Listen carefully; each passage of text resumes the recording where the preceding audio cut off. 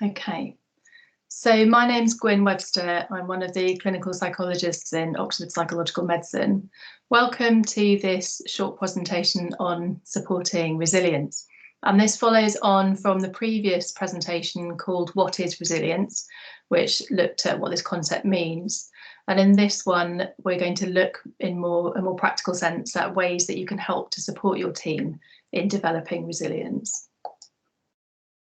So one of the key features of resilience is the opportunity to grow and thrive in the face of challenge.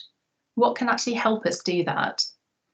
And really, one of the key things is it's about needing the right amount of challenge. Too much, and we risk overwhelm and burnout.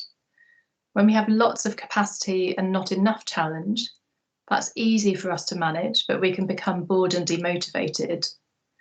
But on the other side, when there's too much challenge and not enough capacity to meet it, we can become overwhelmed, anxious, fatigued, and burnt out, and that's unsustainable. So the middle zone is what's known as the growth edge, where we are being stretched outside our comfort zone, but not taken too far and over the edge. We've seen an incredible response as a staff team to the new challenges during the pandemic. This has required adapting quickly to new ways of working and a stretch outside our comfort zone in all sorts of different ways and right across the trust. When this stretches us too far over the edge, we can be sucked into the exhaustion funnel, where life becomes more and more focused on work and other essential tasks, and we lose the balance of rest and play activities. There's a natural pull from the force of being sucked down into this funnel, and it's worth noting that the most conscientious workers are most at risk from this. We need to actively guard against it to avoid burnout, and we need support from our managers and our organisation to do that. It's not something we can do on our own. So it's worth being aware of the kind of main signs of burnout: feeling demotivated and uninspired, jaded or cynical or kind of numb emotionally, feeling irritable and snappy, or a sense of just overwhelmed emotionally, feeling very anxious or dreading coming into work. So those can be some of the main emotional signs. And then there may be more of a sense of kind of things we might notice in people's behaviour, difficulties with prioritising or managing a workload, or kind of feeling a loss of competence, feeling that they can't do their job, feeling unsatisfied with their performance. It might also be that people notice physical effects, fatigue, aches and pains, being kind of frequently ill with something minor, and maybe problems with sleep as well. So those are kind of key signs to look out for. And the pillars of resilience, so the key foundations supporting resilience, are in 6 areas. Emotional skills, so that means the ability to activate the soothing system and regulate emotions. For example, being able to delay gratification, maintain high self-esteem, using creativity, using humour, developing qualities such as flexibility, openness, acceptance and trust. A social support network that we can both seek help from and contribute to. Both the giving and the receiving, not necessarily at the same time, are important for building resilience. Good physical health and practices that support health, such as movement and exercise, nourishing food, enough hydration, prioritising sleep and so on. Close relationships with loved ones that we can trust and rely on. Intellectual skills, planning, problem solving, mental flexibility to consider alternative solutions, and a sense of self-efficacy, meaning feeling competent to carry out a specific task. A sense that our life matters and has meaning, including a moral sense of connection to others, whether that takes a spiritual or a religious form or not. So these are the kind of areas of resilience that have been mapped out in terms of the science and the research in this area.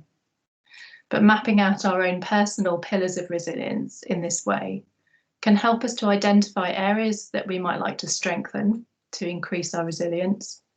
We might find that we've got some pillars that are very strong and others that are just too short or a bit kind of crumbly and in need of attention. And this might be something we want to do looking at our life as a whole, but it's also something that we could look at specifically in relation to our working lives, either as individual members of staff, or we could look at our work as a whole team. So as a wellbeing lead, you might encourage your team to think about these particular areas.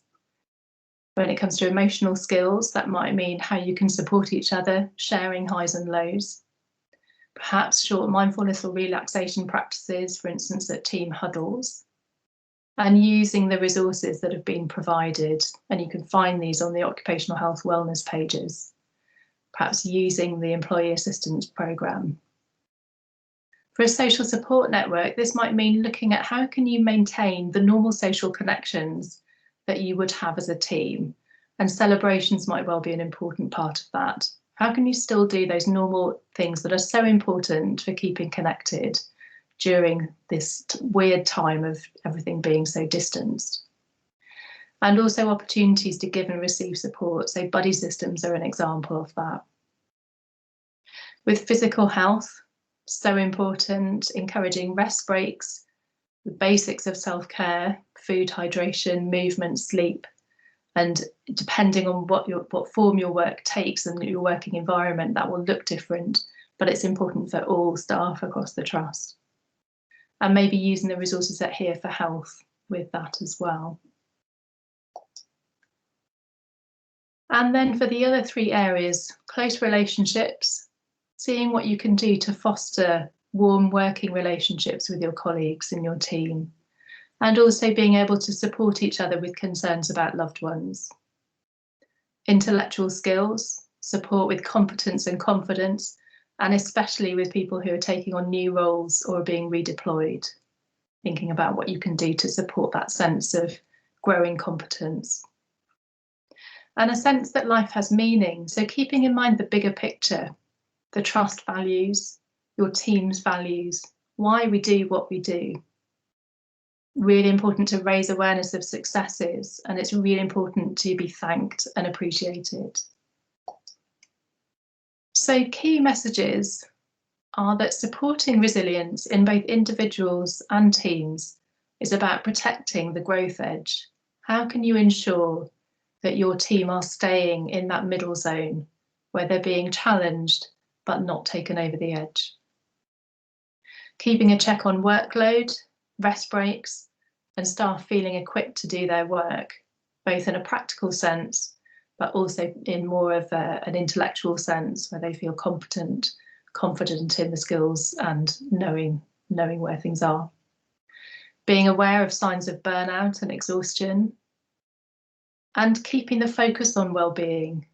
So just this in itself, just the fact that you're a well-being lead, flying the flag for the well-being of your team, normalising, validating difficult experiences, and really encouraging continued open discussion about the things that are challenging. So I hope this presentation has been helpful to you, and thank you for watching.